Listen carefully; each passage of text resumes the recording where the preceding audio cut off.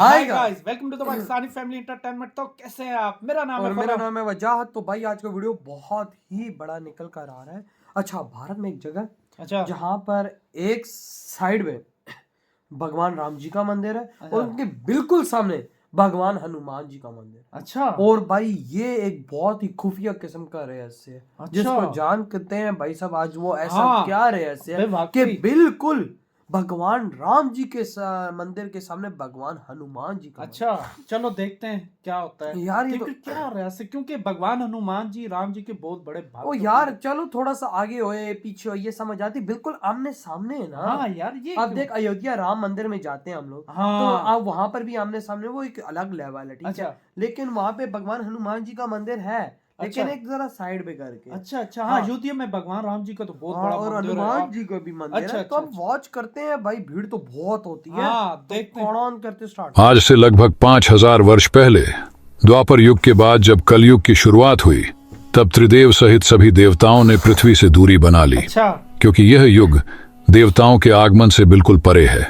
सृष्टि के नियम अनुसार इस युग में चमत्कार की कोई गुंजाइश नहीं। यानी कि सृष्टि के नियमानुसार कोई भी देवता कलयुग के कार्य में हस्तक्षेप नहीं कर सकता। जब तक कलयुग का शासन इस धरती पर है, तब तक कली को यह बिल्कुल भी पसंद नहीं कि कोई भी देवी देवता उसके कार्य में बाधा बने। क्योंकि कली असुर होने के साथ साथ एक युग भी है, इसलिए सभी देवता व्यवस्था। किंतु कल युग की शुरुआत से पहले ही देवों के देव महादेव को यह आभास हो चुका था कि कल युग जितना पुराना होता जाएगा, उसकी शक्ति उतनी ही प्रबल होती चली जाएगी और वह समय से पहले ही विनाश लीला की शुरुआत कर देगा। इसलिए महादेव ने कलयुग का संतुलन बनाए रखने के लिए पृथ्वी से जाते जाते महाबली हनुमान जी को यह कार्य सौंप दिया। महादेव ने हनुमान जी को कहा कि वह श्री राम नाम का प्रचार करें, जिससे कि कलयुग के साथ साथ हनुमान युग भी प्रारंभ हो जाए, जिससे कि कलयुग सदैव नियंत्रण में रहे। इसके बाद हनुमान जी धरती में आकर अलग अलग वेशभूषा में श्री राम के नाम का प्रचार करने लगे। इसके बाद जगह जगह श्री राम मंदिर बनने शुरू हो गए। और यह वही समय कल था जब श्री राम के साथ साथ हनुमान जी की भी पूजा आरंभ हो गई। इसके बाद हर जगह श्री राम मंदिर के साथ साथ हनुमान मंदिर भी बने शुरू हो गए। पर हनुमान जी खुद का मंदिर बनता देख बेहद निराश हो गए। क्योंकि वह चाहते थे कि हर जगह श्री राम की मंदिर बने, ना कि उनकी। क्योंकि हनुमान जी खुद को सिर्फ श्री राम का सेवक ही मानते थे, वह भगवान बनने के बिल्कुल भी इच्छुक नहीं थे। और जब हनुमान युग की शुरुआत होने लगी, तब यह बात कलयुग को पता चली। फिर कलयुग गुस्से में पागल हो गया और उसे रहना गया। फिर उसने हर बार मंदिरों और मंदिरों के आसपास रहने वाले लोगों में पाप फैलाने की तमाम कोशिश की, पर वह हर बार नाकाम होता गया। फिर उसे पहली बार हनुमान जी की ताकत का एहसास हुआ। कली समझ गया कि किसी भी मंदिर या मंदिर के आसपास उसकी माया का कोई असर नहीं होने वाला। और फिर उसने बेहद शातिर तरीके से मंदिरों से मिलो दूर रह रहे इंसानों के अंदर मंदिरों के प्रति घृणा की माया फैला दी। और फिर कलयुग की माया में फंसकर लोग मंदिरों के प्रति काफी हिंसक हो गए। फिर लोग मंदिरों को तोड़ने के साथ साथ साधु संतों को भी दंडित करने लगे।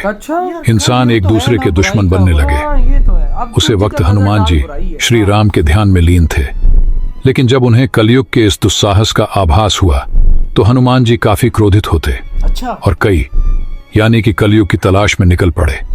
और उन्होंने आकाश पाताल जंगल हर जगह कलयुग को ढूंढा। फिर इतने खोज के बाद आखिरकार दोनों आमने सामने आ ही गए। हनुमान जी को सामने देख कलयुग घबरा गया। फिर उसने अपने शक्तियों से हनुमान जी के अंधाधुंध प्रहार करना शुरू कर दिया। लेकिन कलयुग की शक्तियों का हनुमान जी पर कोई असर ना हुआ। और फिर कलयुग ने अपनी माया दिखाई और हनुमान जी पर हावी होने की कोशिश की। कुछ देर तक हनुमान जी कलयुग के इस ताकतवर माया जाल में उलझे रहे। लेकिन कुछ क्षण के बाद कलयुग का यह बिछाया हुआ माया जाल भी टूट गया।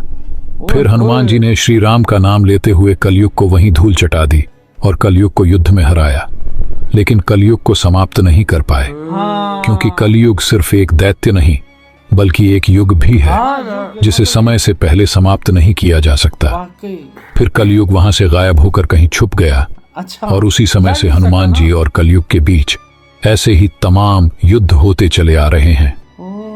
हर बार हनुमान जी ने कलयुग को शिकस्त दी। इसीलिए बुराई कुछ समय के लिए अच्छाई पर हावी जरूर होती है, पर अंत में जीत सच्चाई की ही होती है। ये तो है। और हनुमान जी के इन्हीं प्रयासों से ही अब तक कलयुग समय से पहले घोर कलयुग लाने में विफल रहा, वरना अब तक तो कलयुग धरती पर विनाश लीला रच चुका होता। यदि आज धरती में कहीं अच्छे कर्म हो रहे हैं, यदि कहीं ईमानदारी है, यदि कहीं सच्चाई है, तो वह हनुमान जी की ही देन है। और इसलिए हनुमान जी को कलयुग का देवता भी कहा जाता है, क्योंकि इस कलयुग में एक हनुमान जी ही है जो सच्चे लोगों का सहारा है। तो आज के लिए इतना ही। यदि वीडियो पसंद आई हो तो वीडियो को लाइक जरूर करें। साथ ही ऐसे तमाम सनातनी इतिहास को जानते रहने के लिए चैनल को सब्सक्राइब जरूर। वो भाई साहब, हमें आज पता लगा है कि ये भाई दुनिया साहब क्यों बची हुई है। भगवान हनुमान जी दिन रात लड़ रहे हैं कलयुग से, दिन रात। तभी तो इस दुनिया का जो सल्तनत है थोड़ा सा वो, वरना बुराई कितनी है, हर जगह बुराई है यार। देखो अच्छे भी लोग हैं, मैं बड़ी डीप बात करूंगा। एक भारत ही ऐसा देश है जिधर बुराई बहुत कम है। मतलब इंसानियत को वहाँ ज्यादा समझा जाता है, हर चीज को वहाँ पे बहुत ऊपर रखा जाता है। ये बात माननी पड़ेगा, दिल के अंदर बहुत ख्याल। लेकिन अगर पाकिस्तान में देखा जाए, इधर हर तरफ हमें बुराई नजर यार। लोग लालची मतलबी, बस कहते हैं कि इसको काटो उसको काटो, हर एक दूसरे को काटो यार। ये हर जगह ये चीज हो रही है। हाँ। लेकिन एक हमने लेवल देखना है कि ज्यादा किधर है। और बाहर मुल्कों में देखो दूसरी तरह की वो जो चल रही है बुराइयां, उधर हर जगह देख ले। नहीं तो आज जिस तरह ये काम हो रहे हैं दुनिया में, दुनिया को खत्म हो जाना चाहिए था। बाद में दमे कभी कभी मैं सोचता हूँ यार कि हर तरफ ये गंदे काम ही चल रहे हैं। वाकई मतलब अच्छाई से समझ 1-2% है, और गंदगी 98% दुनिया में। तो ये दुनिया टिकी भी कैसे? आज पता लगा कि भगवान हनुमान जी कलयुग से लड़े, और दो थोड़ा बहुत ये पंगा हो रहा है। ये सल्तनत तभी भाई साहब थोड़ा बहुत हुआ है मेंटेन। यार देखो, भगवान हनुमान जी कलयुग से लड़े थे, लेकिन क्या हुआ, कलयुग है ना वो खत्म नहीं हो सकता, इसलिए वो साइड पे हो गया था। भगवान हनुमान जो है ना वो यार कलयुग से लड़ रहे हैं, वो इसलिए क्योंकि वो मर नहीं सकता और वो भाग के छुप गया है। हाँ, और भाई जब होता होगा यार, देख आमना सामना होता होगा, देख अब लेकिन अभी भी लड़ रहे हैं। लेकिन आज हमें पता लगा कि देवता या भगवान जी क्यों नहीं आ रहे, इसी क्योंकि वजह ये से, कलयुग की वजह से। हाँ, और क्योंकि कलयुग में बुराई बहुत है, पाप बहुत है, जाहिर बात है। और भगवान हनुमान जी उनसे लड़ रहे हैं। और कलयुग में भी आना है, भगवान विष्णु जी ने आना है। और यार कलयुग में चमत्कार तो होते हैं ना यार, चमत्कार वही होते हैं ना कि जैसे आप एक चीज एक्सेप्ट नहीं करो वो मिल जाए, या हम कुछ चीज सोच रहे हो, बड़ी तो नहीं सोचते, कुछ छोटी सी कभी सोचते हैं तो वो एकदम मिल भी जाती है या पूरी हो जाती है। ये बात सच। तो वो भी चमत्कार ही हुआ ना एक तरह से यार। थोड़े बहुत होते हैं, लेकिन वो नहीं कि देवी देवता आए और कुछ हमारे साथ वो इस तरह का करें, या हमें वो कुछ आशीर्वाद दे दे, या कुछ इस तरह का बड़ा चमत्कार, वो नहीं होता यार। वो बिल्कुल नहीं, क्योंकि भाई अब भगवान जी ने जो भी करना है इस अब भलाई के लिए करना है। लेकिन अब जो कुछ बुरा चल रहा है, लेकिन भाई सब अब देखेंगे यार कि भाई सब किस तरह से आगे भगवान कालकी जी आएंगे। यार देख, तब हम होंगे ही नहीं, वो पता नहीं अब 200 साल बाद आते हैं, 300 साल के बाद, 4000 साल बाद है। उस तक तो वो फिर नई जनरेशन आएगी और उस वक्त और बुराइयां चल रही होंगी। तुझे पता है ये पिछले दौर उठा के देखो, लोगों में इतनी बुराइयां नहीं थी, अभी है तो आगे कितनी होंगी। कलयुग कितना दौर बुरा है। ये जैसे जैसे सदियां गुजरती जाएंगी, आगे नई जनरेशन, उससे आगे नई, वो और ज्यादा तेज और ज्यादा एडवांस बुराइयों में मुब्तला होंगे। भाई आपकी क्या थॉट है? इधर वीडियो खत्म करते हैं तो